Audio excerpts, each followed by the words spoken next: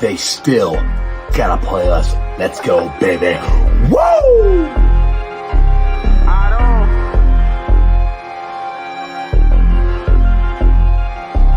Hey, don't run that ball on the one Hubbard, showed you how that go down.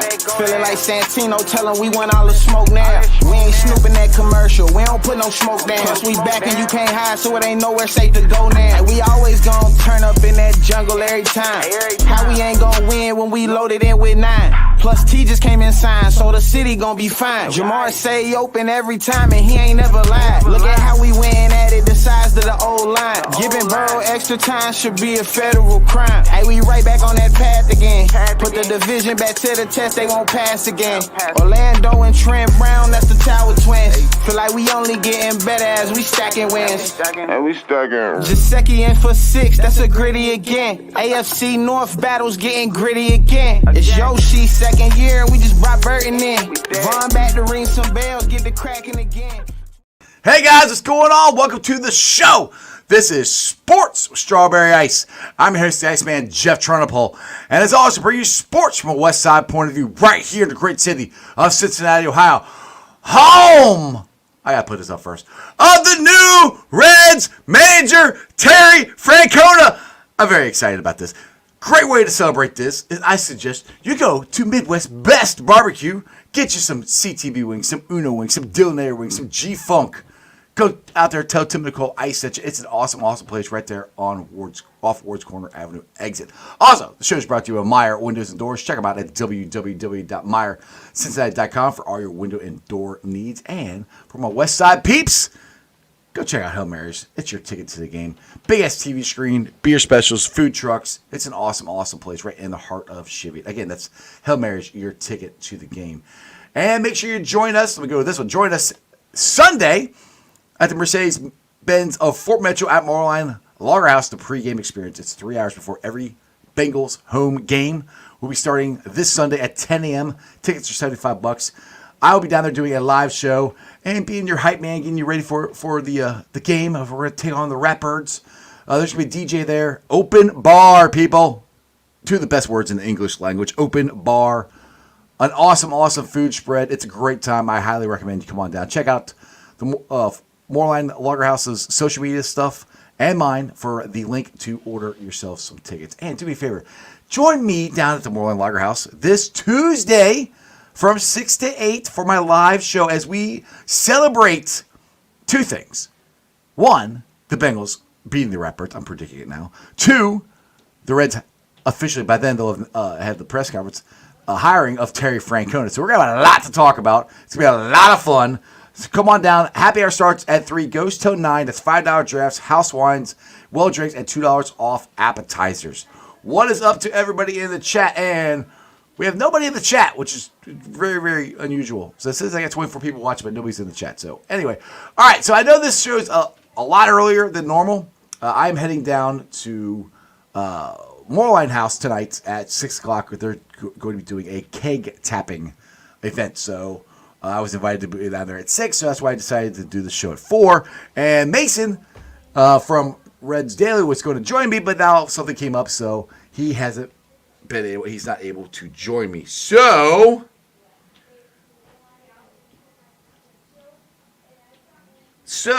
actually, maybe I might have somebody here. Hold on a second here. So yeah, that's why the show is here early. Hold on a second. And I might have a guest. We'll see. Hold on. Let me set this. Let me send this invite here. Hold on. And bam. There's the link.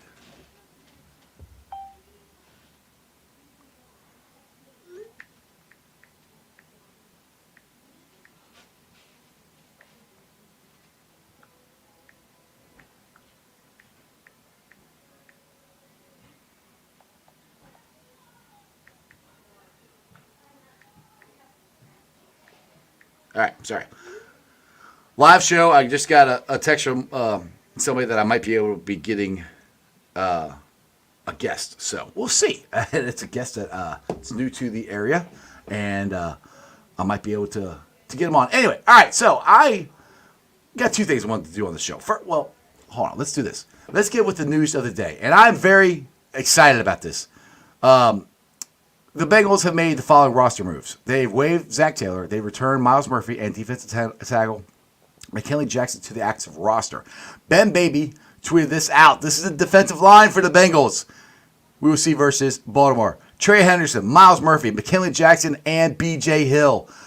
That's everybody except Sheldon Rankins.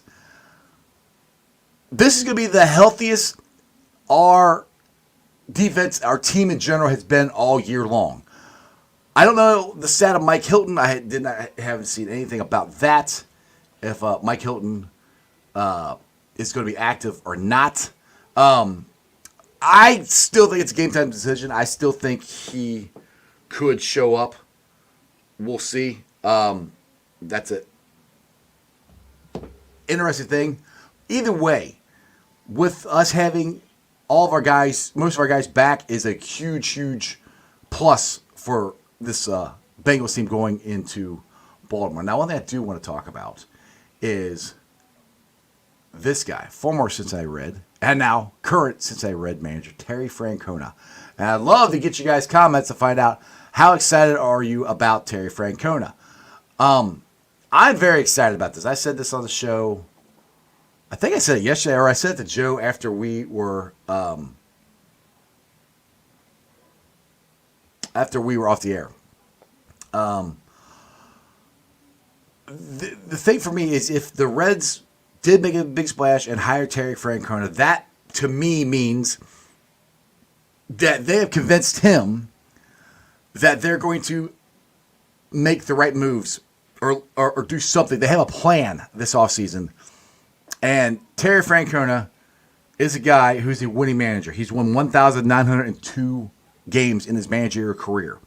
He's won the World Series twice. He's went to it 3 times. I think he's had a winning record since 2017, I think.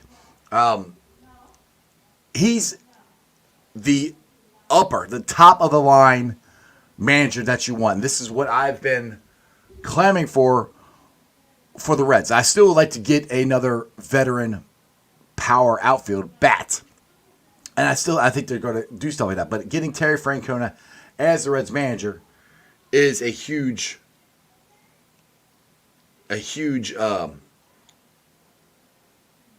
statement. Cool. Tell them to join.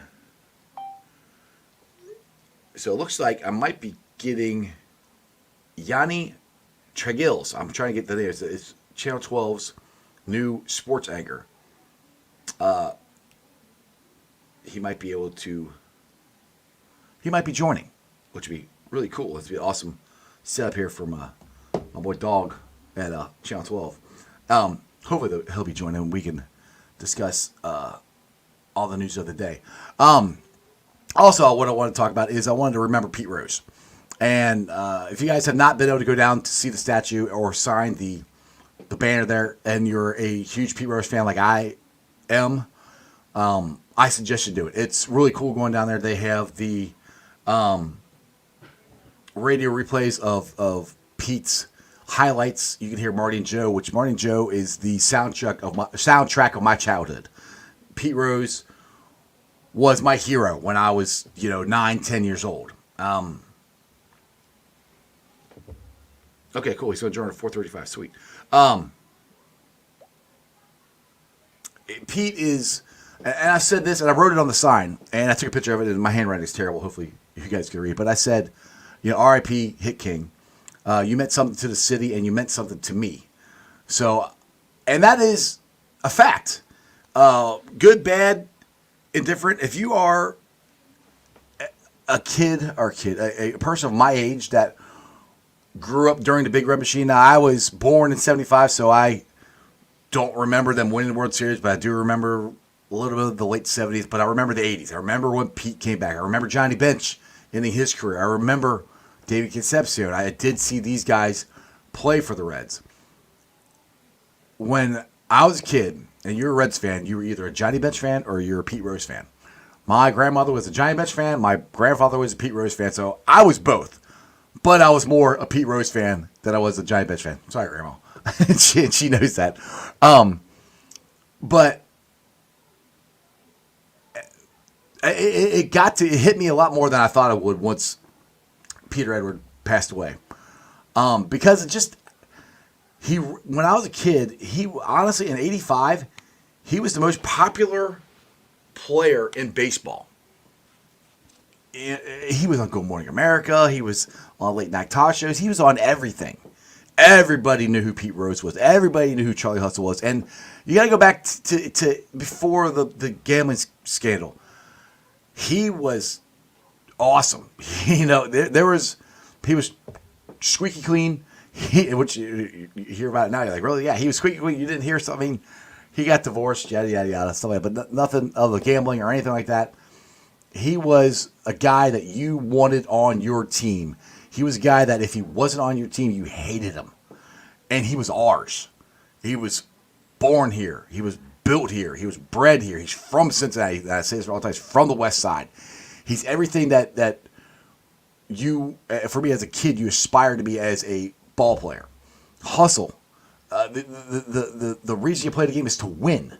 That's what that I love that he emphasizes that to the day he died. That we were there to win a game. We weren't there to just show up and get money. We were there to win. And that's Pete's whole thing, whole intensity. Win. Prove you're better than everybody else. Prove everybody wrong. And I think I kind of take that on still on this podcast where like people get upset with me with the way I feel about the Bengals. Like, I love this us versus them. Like, all this noise with Joe Burrow's not elite, the Bengals, the Bengals are 1-3, and then I will see, blah, blah, blah. I don't know about that. I'm like, all right, go ahead, keep talking. We're going to prove you wrong. Because for the Bengals, they went on Sunday, they're in the exact same spot they were last year. Like, everybody goes, well, look what happened last year. Yeah, look what happened last year. We won 4 in a row, 4 out of 5. We were on our way. We were going to beat Baltimore if Burrow doesn't get hurt. We were on our way to the playoffs. We damn near made the playoffs with Jake Browning as our quarterback. That's what I like about being a Cincinnatian, what I like about being a West Side. You have that chip on your shoulder. You work your ass off to prove everybody wrong. Doubt me. Like just for me, for my podcast. I couldn't get a job. I couldn't get hired out of radio school. And then we wanted to hire a 19-year-old kid. And then I got married and had kids and yada, yada, yada. I'm not tooting my own horn. You guys watching the show and supporting me have everything to do with this. But my very first show is me hitting record on my phone in my kitchen talking sports. And I got 100 views on that. The first time I did it. And it's grown from there. And I keep working and working and working. And you guys keep helping me and opening more doors for me. And that's what Pete Rose would do. You tell him no, he's going to keep coming after you. And that's kind of what I do. I keep telling me no. I'm like, hey, especially when you guys tell me to quit calling a Burrowhead. I'm not going to quit calling a Burrowhead. I think it's funny. And it's a joke. And it's a rivalry. It has nothing to do Who's firing the Chiefs up? Oh, you called it Burnet. They don't care. You know? Hey, I got some comments. What's going on, guys? Keith, what's up? Ice. He was a guy you told your kids to model themselves. Yes, back then. Yes, back then. As far and even as a ball player, I wouldn't say it as a human, but as a ball player, that's how. Whatever and whatever you're doing in life. If you're a businessman, if your job, you want to attack it. You want to be the best you can. You want to prove everybody. I keep saying prove everybody wrong, but that's the mentality that you need to take. It's me versus you. In anything you do, everything's competition. Yeah, and that's where I think more people need to think like that. You know, that go out and get yours, take what's yours. You know, we live in a free country that you can do that. You know, and that's what's great about this place. So that's where I'm like, Pete, as far as his baseball career goes, is the way you want to play the game and the way you want your team represented. Stranger, what's up? Pete Charlie Hustle Rose was my first sports hero. He got me in trouble as a kid for copying his head first slide. Exactly. I was there live when he hit 3,000. I missed 41.92 by under 2 weeks. Recipe. Oh, I 78. I was 4, so I don't remember 3,000. And that was also, I think, the same year he did the 44 game hitting streak. 85. And like 84, I would never, because full disclosure, I kind of sort of became a Phillies fan because I love Pete Rose. I wasn't still Reds. I was still a Reds fan, but I was rooting for the Phillies in 1980, and I flipped out when we got Pete Rose. And I remember talking to my great aunt, or is it my great aunt or my grandma? I can't remember. When we got Pete Rose, and he was a player manager, I'm going, you can do that? I didn't know you could be a player manager, right? And he's the last one probably ever to do that. Nobody will ever do that again. He's the last one to be a player manager. And when pretty sure my grandparents went to the first game when Pete came back, because I think I got a certificate of it around here somewhere of Pete's first game that my grandpa gave me, because my grandpa was a huge Pete Rose fan. And that when he came back in '84, that lit a fire under this city and blew the roof off of back to how great a baseball town this city is. And that kind of brings me to Terry Francona. The Reds, if you're listening to this broadcast, you got us again. The Reds fans, you got us in the palm of your hand right now. I'm telling you right now, you got me, all right? Take advantage of it. Go do what you got to do in the offseason to make this a playoff contending ball club. Because if we stay healthy, and I know Joe said something, which Joe says some weird shit sometimes, said something that he wants basic, sound like he wants basic guarantees that, you know, we're going to have a good player at every position. That's not going to happen. I mean, that's not even reality that you're going to have that. Where he was talking about that CES and Marte should fight out for one position. I'm like, if CES and Marte are healthy and do what I'm 99% sure they can do, it's two guys who hit 30 homers. I want them both out there, and the potential that they have is too great to make them fight it out for a one job, if you ask me. But what the Reds need to do is at least go out and get a power hitting outfield bat, right-handed power hitting bat. You need to at least do that. Hopefully a veteran leader, which that's not as big a deal now since you got Terry Francona, but it still helps. You need a guy to set the tone in the clubhouse and on the field like Pete Rose would do. And Terry Francona played for Pete. So it's all you know, coming back around. There's so many guys that played for Pete. I think they need to add some more pitching and add some backup help, infield help, outfielders, stuff like that. And the thing is, too, I know Farsing's going to hate this. He's going to hate this. But I'll get it. I'll get it later. I see. I messed that up. I'll get the edit later. I can't do it right this time. What was I going to say? I can't remember what I was going to say now. What's the? Oh, I know it is. Farsing's going to hate this, but I think this is eventually going to happen. And it could happen by the end of next year. If Arroyo is healthy, he's the best defensive shortstop we got in our organization. If he's healthy and he hits, he's going to be our starting shortstop. And there's a very good chance Ellie's going to move to the outfield and the center field. And I'll tell you this. If you have Ellie De La Cruz out in center field with that speed and that athleticism and that arm, you could have Arroyo, McLean, and Ellie up the middle. That's potential gold glove, gold glove, gold glove. You can't beat that. And I'm not saying it's going to happen. And it might not happen. That's just what I think. And he can tell me I got all these stats. And I'm like, you can throw your stats out the window sometimes. I get so that's what I can't say about this. I don't want to sound like an old man here, but this younger generation of analytics and war. And I'm like, well, David Bell did that, and look what the hell happened. He was a terrible manager. You got to be able to manage with feel, knowing your players. I don't know, a damn hunch. You can't just go, oh well, the computer says we should do this, and blah, blah. Like get out of here. Nobody manages that.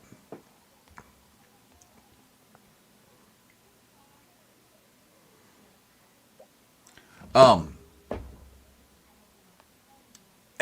that's what I think Terry Francona brings to this organization. Is a champ. It's like Bob, and I hold Bob Castellini to this. He said, "I'm bringing championship baseball back to Cincinnati" when he bought the team. His first words out of his mouth in his press conference. We've seen it a couple times.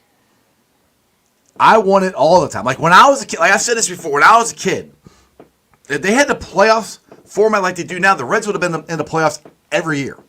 From 1985 to 1985 to 1988, they finished second. They had a terrible year in 89. They won the World Series in 90. Bad year in 91. They would have made the playoffs in 92. They would have made the playoffs in 93. 94 is the strike. 95, they did make the playoffs. They would have. That's how good those teams were. For a 15-year stretch. Most of my childhood from 1985 to 95, 10 years, from when I was 10 to I was 20, if they had the playoffs format like they do now, the Reds would have been in almost every year. Most years they would have made it. That's what we need to get back to. Because the thing is, like, look, the lower seeds have won in the wild card games. All you got to do is get in. Just get in. You never know what's going to happen. And that's the thing. It's so much easier to get into the playoffs. It's so ridiculous that the Reds have only been in 3 times since 1995. We haven't won a playoff series since 1995. Terry Francona brings stuff where he can change that. Let's see here. Let me get some of the comments here before. I'm gonna mess his name up because I know I'm gonna try. How do you say it? Yanni Tragel. I think that's how you say it. Oh, he's from Boston. So, all right. Well, there you go. He'll know a lot about Terry Francona then. And he'll be joining at 4:35. He's the new sports anchor on Local 12. So, all right, let's see here. Let's go to Keith. A record Pete has nobody talks about. He played 1,975 winning games. Yep, winning games. More than any player at any sport. That's the thing is, he's kind of said that too, that he doesn't think people emphasize winning. Like I know my spelling is messed up, so I will fix it. Trust me. I have had a very, very busy day. I made it really fast. I messed it up. I will fix. Alice said it. Keith said it. I got it. I will fix it all. I've had a hell of a day. I had a very, very busy day. So that's why my guest, who I just found out while I'm on the air, is going to join me because when I was going to come on, told me when about an hour ago they can't come on. And so anyway, so I apologize for the editing, for the spelling. I will get it. But get back to Keith's point here. 1,975 winning games. That's huge. That's an impact that war. All right, I think that's what win beyond, which I don't even know, winning beyond replacement, which I don't even know how they figured that out. I don't care. I mean, they got so many freaking stats, so dumb. Pete Rose didn't play on stats. He played on sheer grit and determination. And I don't think players emphasize winning. That's what they emphasize, their stats, their WAR, their batting average, their OPS, their stuff like that. That if you win the game, I'll put Derek Jeter. Derek Jeter is one of the winningest guys. Yes, he was on the Yankees, but he still won. And I hated Derek Jeter. But he's a winner. I want winners. That's what we got in Terry Francona. Let's see, John. We need to have the Ice Cave half Bengals and half Reds. It is. I mean, over there, you guys are like, that side's red, that side's Bengals. It just, over here, it's a lot of different stuff. So it actually is half and half, if you guys ever get to see it all. Let's see here. Keith, we need at least one guy who hits 300 and consistently gets on base and big home run bat in the lineup. I agree with that. But the thing is, too, Keith, we have that. I mean, I'm not saying we don't get it. Go get it. But we already have that if they're healthy. I mean, I'm a big CES guy. I think he is going to be like. Did you watch Pete Alonso last night? Did you see him hit the 3-run homer? That's what I think CES is for us. And I know Joe Farr said, "Oh, I got to see it." I'm like, sometimes you just got to believe, man. You know, like sometimes you just feel the dreams, baby. Build it, they will come. Sometimes you just got to believe. And I refuse to be a fan who has got to be I've got to be proven that this is going to work before I get behind my team. That's not a fan, dude. That's a analytics. I don't know. That's just being. I've been thinking about that all night since Farsing said that. I love you, Joe. That's a miserable way to be a fan, I think. That's why you're always upset. Because, well, you should do this. And I'm like, you're never going to be happy. I mean, the thing is, like, he says he doesn't want people, Reds to have players that, well, I hope they do this. Well, I hope that. I'm like, you always have that. Even if the Reds go out and say they get 2 power hitting bats, you're still going to have CES. I hope he does good. Matt McLean, I hope he's healthy. Jonathan India, hopefully he hits like he did last year. Elliott, I hope he gets better at shortstop, or I hope he plays good in center field, or I hope he improves on what he did last year. Marte, I hope he gets better. You're always going to have that. I mean, and to sit there and say, like, we had that coming into the season, that we hoped that everything would turn out like it did last year. That's sports. That's believing in people. I don't get this. And he just said that to me after the phone. We're on the phone. I'm just like, that is I don't know, dude. Joe, he's watching. He's got control. He can jump on the show if he wants. That is a terrible way to be a fan, I think. That you're always going to be disappointed unless they win everything. Like, trust me, I'm disappointed they don't win everything. But you got to have hope. That's what life is. You got to hope stuff happens. You got to work for it and make it happen. And that's where the Reds can do that this year. If I'm rambling on, that blew my mind when he said that the other day. It just, it did. It blew my mind. I thought about it all night. That I don't know. I'm glad I don't think like that, because that would be a very depressing way to be a sports fan, where you've got to be. You have to prove to me that this guy can do this before I get behind it. And I don't want hope. I'm like, that is what baseball is. That's what sports is. It gives you hope. Jeff Anderson. We are all in for the next 3 years. We have to win a play. I would love. Dude, it's getting like this. When we all freaked out when the Bengals actually won a playoff game, that's the way we'll all be when the Reds win a playoff series. I will freak the F out. I was 20. I'm 40. I'll be 50 when the season starts this year. I was 20 years old the last time we won a playoff. And it was against the Los Angeles Dodgers, and I love it because I hate the Dodgers. Because, again, I grew up, and when they were our biggest rival, when we were all in the NL West, which still boggles my mind how the Reds were in the NL West, but that's the way they were. Keith, our pitching would be lights out if anyone it could say. And that's what I said too, Keith. I'm glad you brought that up, because another thing Joey said, he said, we really need to get starting pitching on. Like, wait a second. Our starting pitching was not the problem this year. For over half the season, we had starting pitching, and our bullpen was good. Our problem was we couldn't get timely hits, and we did dumb shit, and we couldn't score enough runs. That was our problem. Our problem was not our pitching. I will never say you never have enough pitching. I will always say You can always add more pitching. You can. Starting pitching, bullpen, you can always improve that every year. You should always strive to improve your pitching staff. But that wasn't the problem. That wasn't the reason we lost this year. Now, me and Joe were talking about that Tuesday night a couple weeks ago, and I'm like, that's not the reason we lost. Like, and he tried to tell me that, well, Hunter Green was hurt, and like, you can't count on Lodolo. Like, this whole thing, you can't count on Lodolo, which I agree, you can't. He's gotten hurt. But that doesn't mean you give up on the guy. That doesn't mean you go, oh, well, we got to put him in the bullpen. No. You get a veteran starter who can do both for when he does get hurt, that you can stick him in. Just like the Bengals did. Well, we had Amarius Mims and we got Trent Brown. Trent Brown, I said it. He's probably not going to make it the whole season. Yeah, he didn't. And Amarius Mims is in. That's what you do with Lodolo. He's probably not going to pitch every start. You know, he probably won't be healthy enough to do it. You get a veteran guy who could come out of the bullpen and can jump in the rotation once he gets hurt. I mean, wait, I'm going to date myself. Rick Mailer, look him up. The 1990 Reds. He's an unsung hero on that team. Norm Charlton, Nasty Boys came out of the bullpen and started a couple games that year. You gotta have guys like that. Like nobody, and that's the thing with that's where you gotta get better in the depth, pitching wise, and on the bench because nobody's gonna stay healthy. Not nobody. Not everybody is going to stay healthy. You're going to have injuries. It's going to happen. John.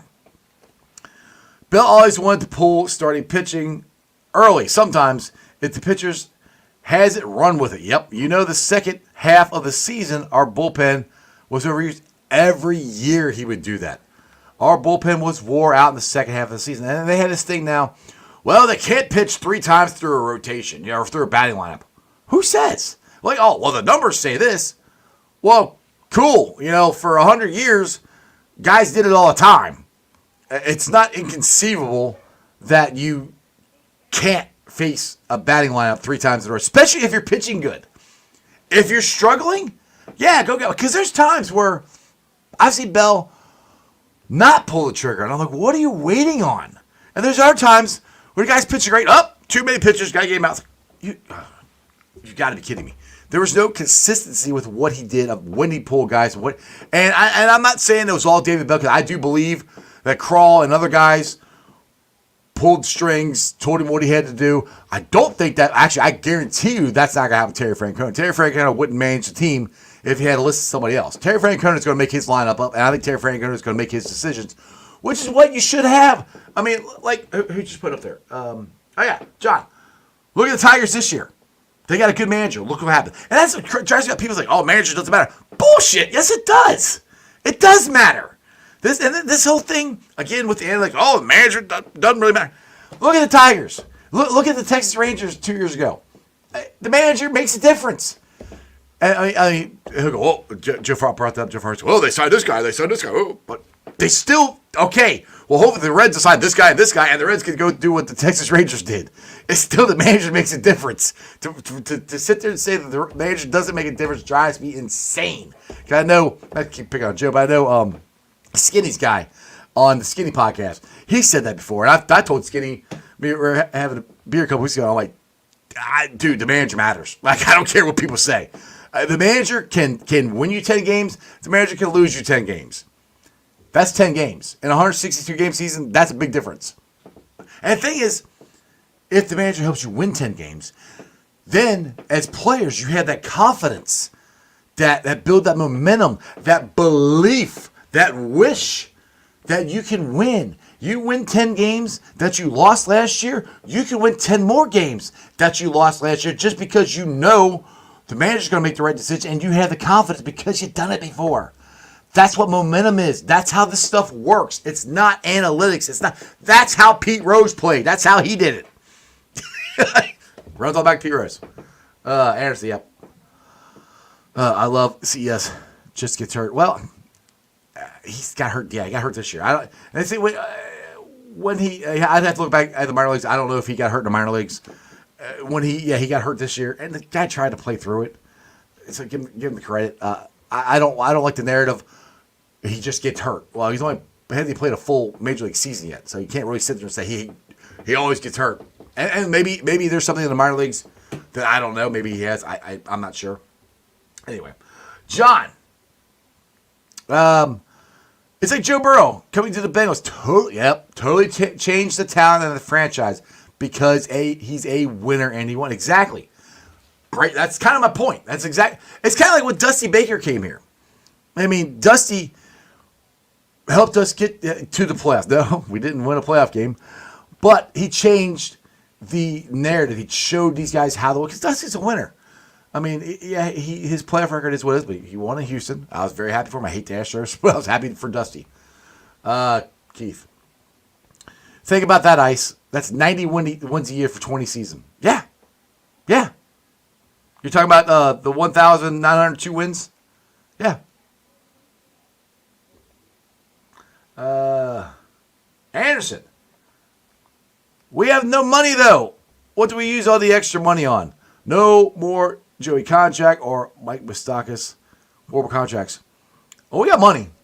Oh, they got money. They just got to make sure they spend it wisely. And that's kind of what I've said. Like, I don't want you to throw in stupid money after stupid money.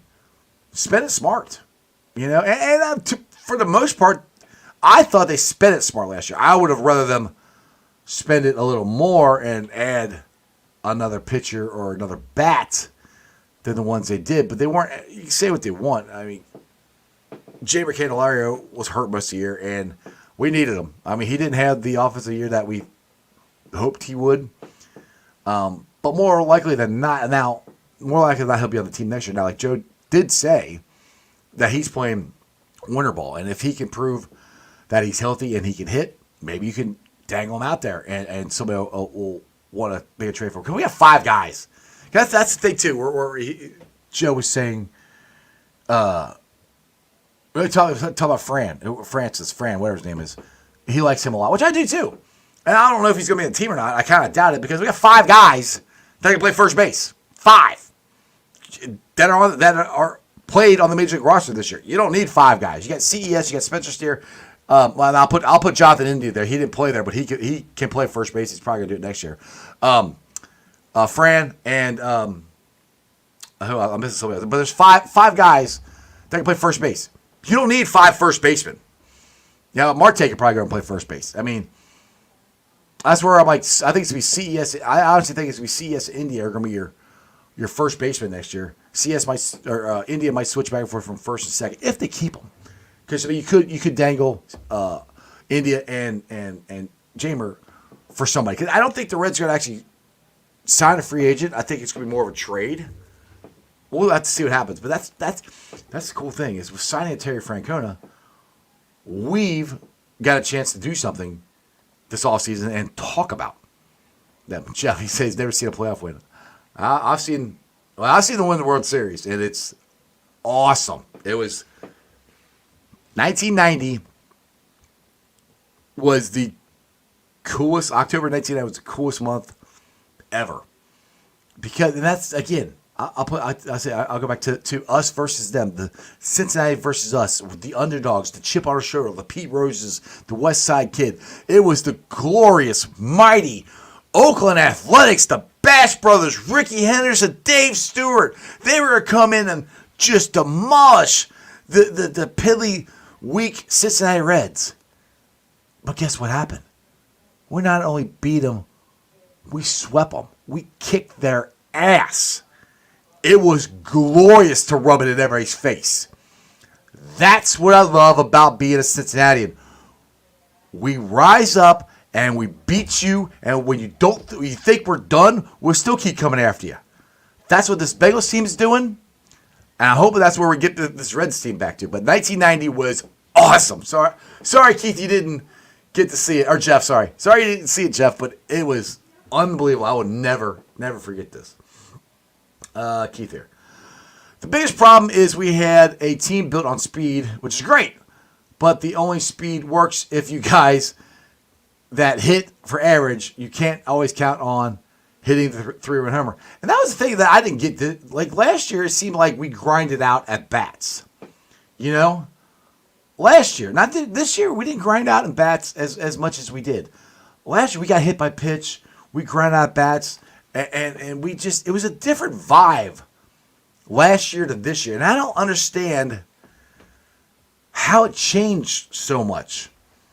Because, and I get, I think TJ Friedel not being there, I think Matt McClain not being there, I think those two, TJ Friedel was there, but he was injured a lot. Those guys are grinders. And I've said this before, that when Matt McClain got hurt last year, that's when our season kind of went south. I think Matt McClain is a huge leader on this team. I think he was a huge loss as far as the way he plays on the team here. Is he jumping on?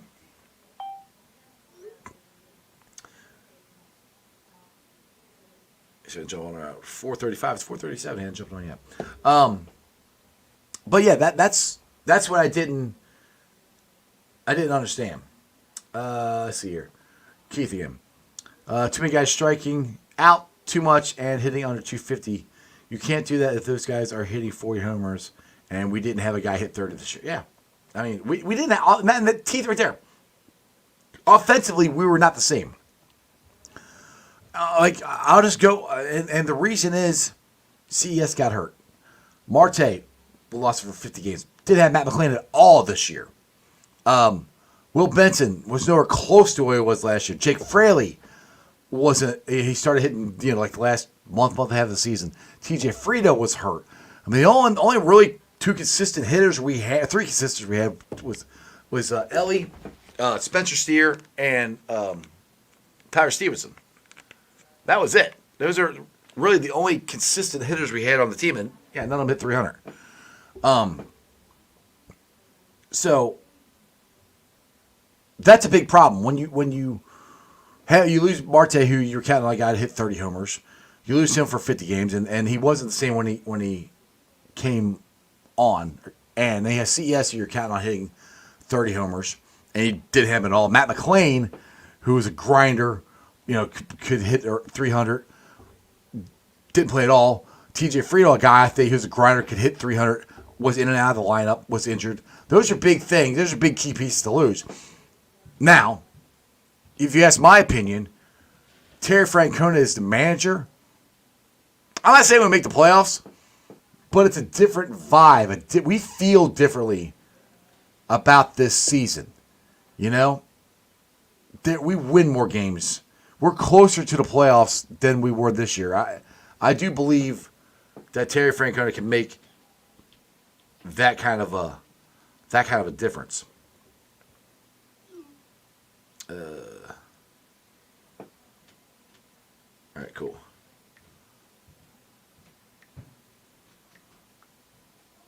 I'm on live now, so tell him he can jump on anytime. There he is. All right, let's try this. So we have Yanni. I think I'm saying his name right. Yeah, you got it right. Yanni, what's up? You're the new sports guy at Local 12. What's going on? Welcome to the city, man. I'm doing well. Thank you so much for having me on. Absolutely, absolutely. Now we've been talking here. By the way, I'm Ice Jeff. However you want to call me. Nice to meet you. Been talking about Pete Rose. Been talking about Terry Francona, the new Reds manager, and Doggy told me that you're from Boston, so you know a lot about Terry Francona. What can you tell me about him as a manager? Yeah, grew up, in Boston as a Red Sox fan. Watching Terry Francona come in, win us a couple World Series titles. Really brought a lot of joy to me as I was watching. And I mean, the one thing last night, I was shocked, excited when I saw the news coming out. And I mean, the main thing I can say that everyone has been saying is just the way that he's able to develop players, to bring accountability to the locker room. I mean, you look at David Ortiz, I think, can be the prime example for what he's able to do. A guy that, I guess, the best way to call his time in Minnesota was probably a disappointment. Not very good at all. Yeah, and then he comes to Boston and, just has a complete revival, turns into one of the best. And then, in Cleveland, you look at what he did with Lindor once he came up to the majors. And, I'm excited for what he can do when he comes in and takes over and has Ellie, has Hunter Green, and hopefully bring them to that next level. Yeah, exactly. I'm very excited about it because I think he brings One thing I got the stat here. He's won 1,902 wins. That's a hell of a winning mark there that we haven't had. I mean, we haven't won a playoff series since 1995. You probably weren't even alive in 1995. No, sir. No, I was not. Yeah. I'm old. I was alive. I saw them actually win a playoff series. It was fun. I like to do it again. But with the young guys that the Reds have, with CES, with Ellie, with Marte, with Matt McLean, all these guys, I think Terry Francona, like you just said, can help them get over that hump that he helped in Cleveland, that he helped in Boston.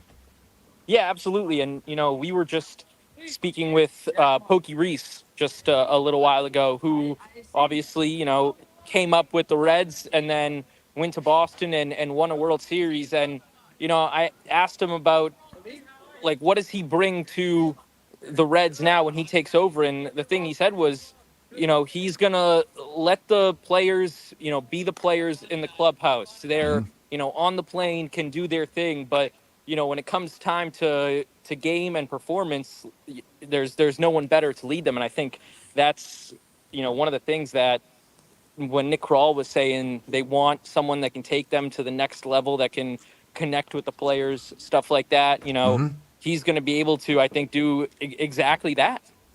Exactly. And the thing is, like, I said this on my show yesterday. By the way, I do this every day at usually at 5:30. I did it earlier today.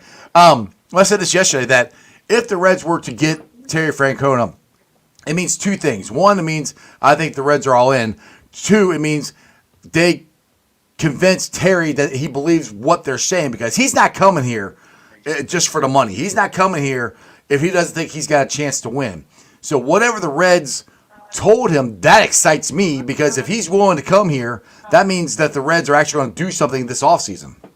Yeah, exactly. I don't think, stepping out of the league for a year now, he's 65, I believe. Mm-hmm.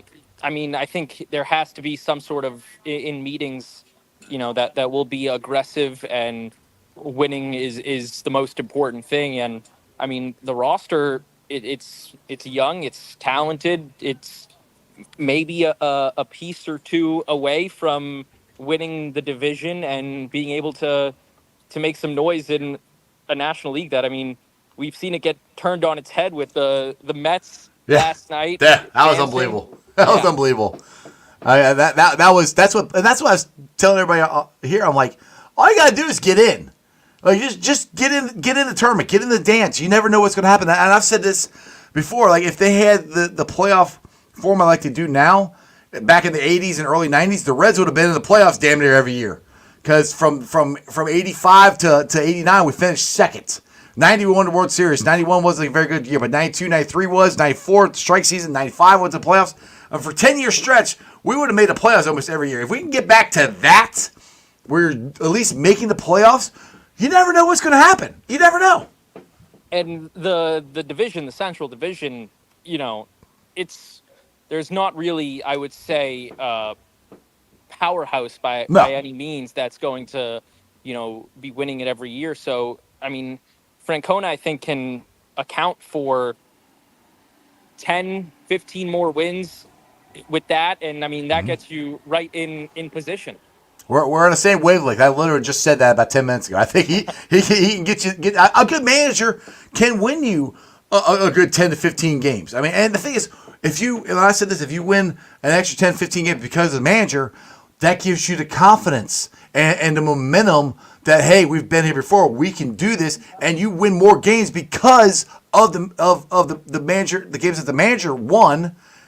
That gives you more confidence to keep on going, and it's momentum, and it's belief, and it's hope, and that's how you win. That's how you win sports. You got to have confidence in your team and your teammates and your management. And I think right when he walks in, having 2 World Series titles, all the 1,900 plus wins, I think that also, beyond just once you start winning games, it automatically gives everyone in the clubhouse the confidence from spring training that, we can do this. Exactly. Now, I don't want to keep you too long, but let's roll. Let me get your thoughts on the Bengals. I call them the Ratbirds. Bengals Ratbirds matchup here. I got a graphic here from Ben Baby that our defense is damn near back to health. We got Trey Henderson, Miles Murphy, McKinley Jackson, B.J. Hill. They're all expected to play versus Baltimore. That's everybody except Sheldon Rankins. I still think that the Bengals need to get out and get a lead and make Baltimore chase us. But what's your thoughts on the chances of the Bengals winning? I think they got to at least put 30 up to win, maybe 40. But what's your thoughts on the Bengals Ravens game? Well, I think the defense is a lot better than what it's been the last 2 weeks. I think what we saw out of in the Kansas City game is more of Yes. what the defense is and what it can play like throughout the year. Then, like you just brought up, those guys that are back now. I mean, even if they're not 100% full speed yet, just being able to, having McKinley Jackson and Miles Murphy, being able to give breathers to BJ and to Lawrence Guy, because Baltimore, whether the run game is working or not, they're going to run the ball 30 times or whatever it They're is. just going to try. Yeah, they'll keep doing it, and just having the health of those defensive linemen, the interior linemen, most importantly, to be able to give some breathers to the starting guys and let them get a play or two off and let them get some water, some Gatorade, get their legs back under them. That'll be huge. But I mean, I think they can keep them under. I think they can keep them under 30 points with those guys back in. And I mean, the offense has been rolling this year. Yeah, awesome. They're just scratching the surface. I think of this offense. I think they got a chance. They could put 40 points on somebody. I'm hoping it's this Sunday. I don't think they have to do that. I mean, I've seen a lot of people that are saying, they're going to have to score 40, 50 points every game to win. I don't think that's the case. I think the defense is better than what we've seen the last few weeks. I mean, when we look back in December, the loss against Washington isn't going to sting nearly as much because I think They're pretty Washington good. is legit, and they're Yeah. going to be in the thick of things as the season winds down. They might win their division. I agree with that. Yeah, Yeah. absolutely. They're a lot. Trust me, they're a lot better than I thought. Dude, I thought it was gonna be a cakewalk, and I was completely wrong.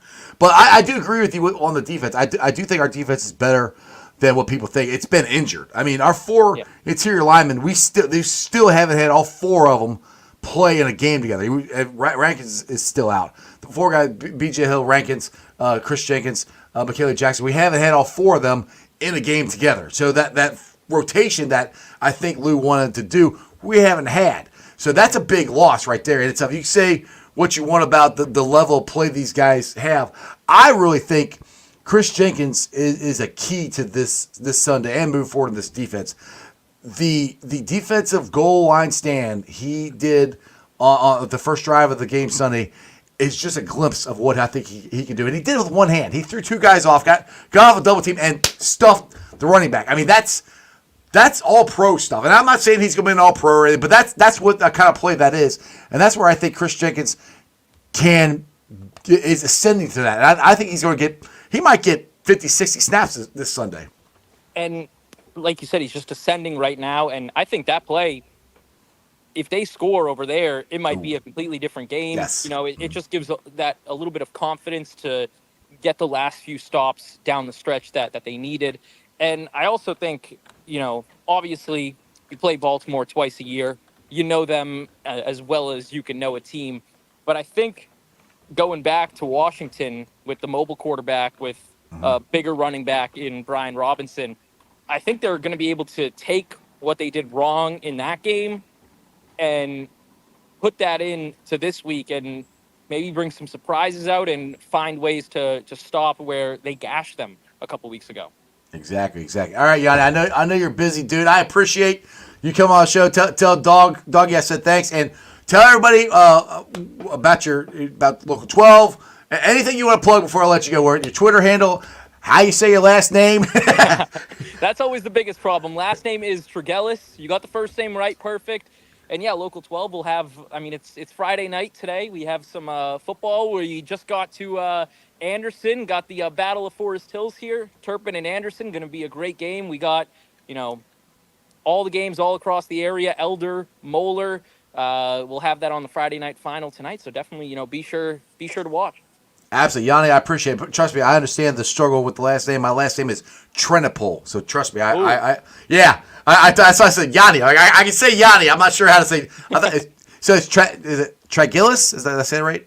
Tregellis, yeah. Tregellis. Better first guess than most. Tregellis. All right. Well, Yanni, I appreciate it, man. And hey, let's do this more often. Welcome to the city. I appreciate it, man. Absolutely. Thank you so much. Take it easy.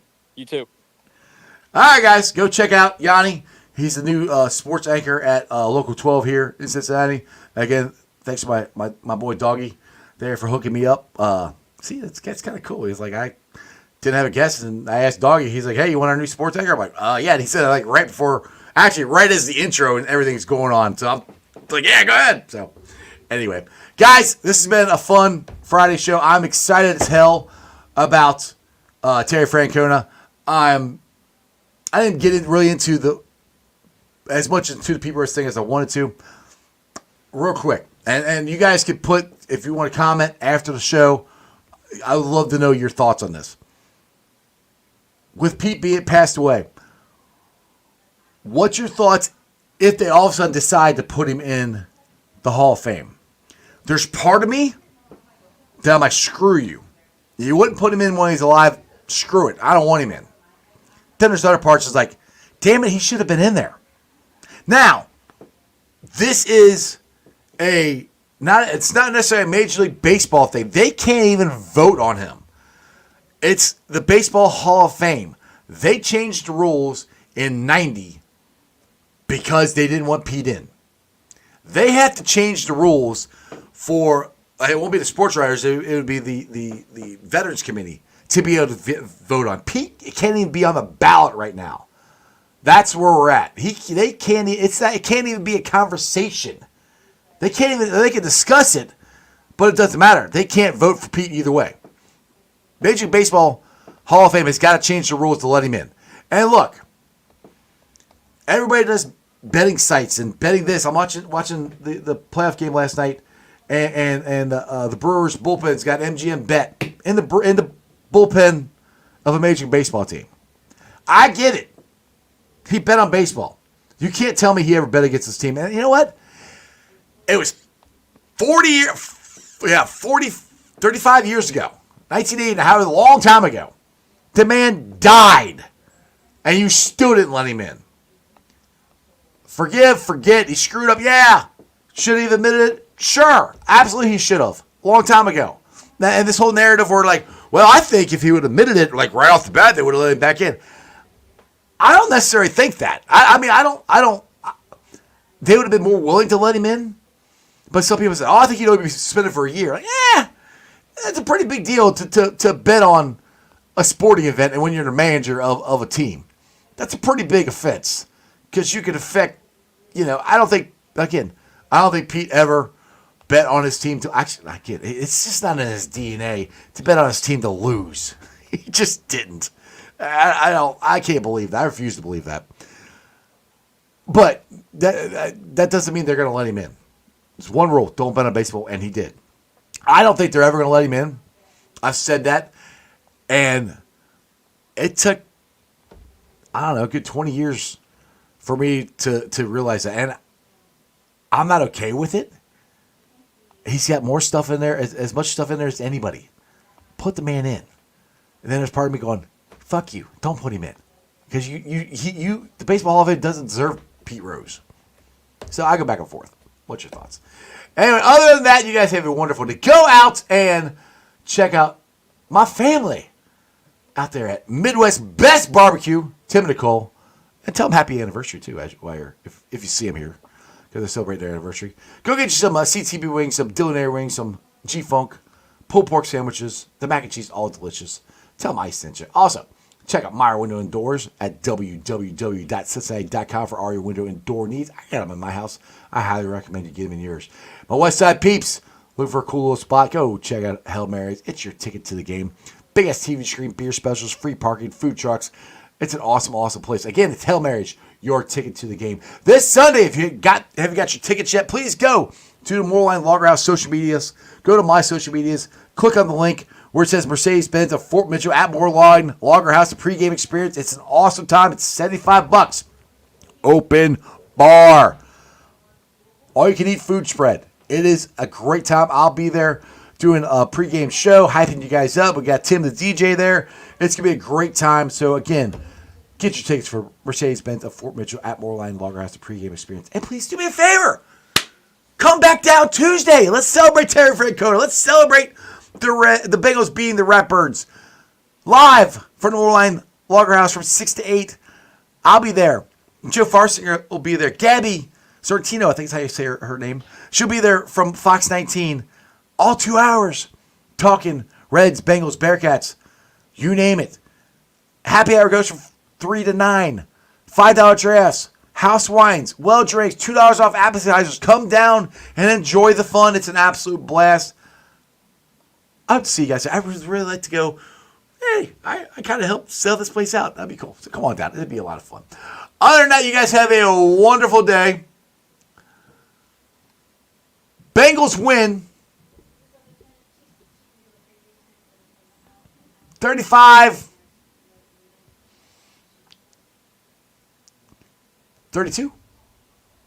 Yeah, they're gonna win. It's gonna be a three-point game. I think Shooter kicks it, a game-winning field goal at the gun.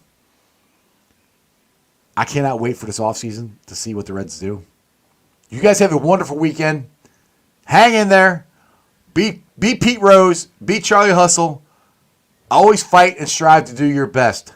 That's your sports, baby. See ya! They still gotta play us. Let's go, baby. Woo!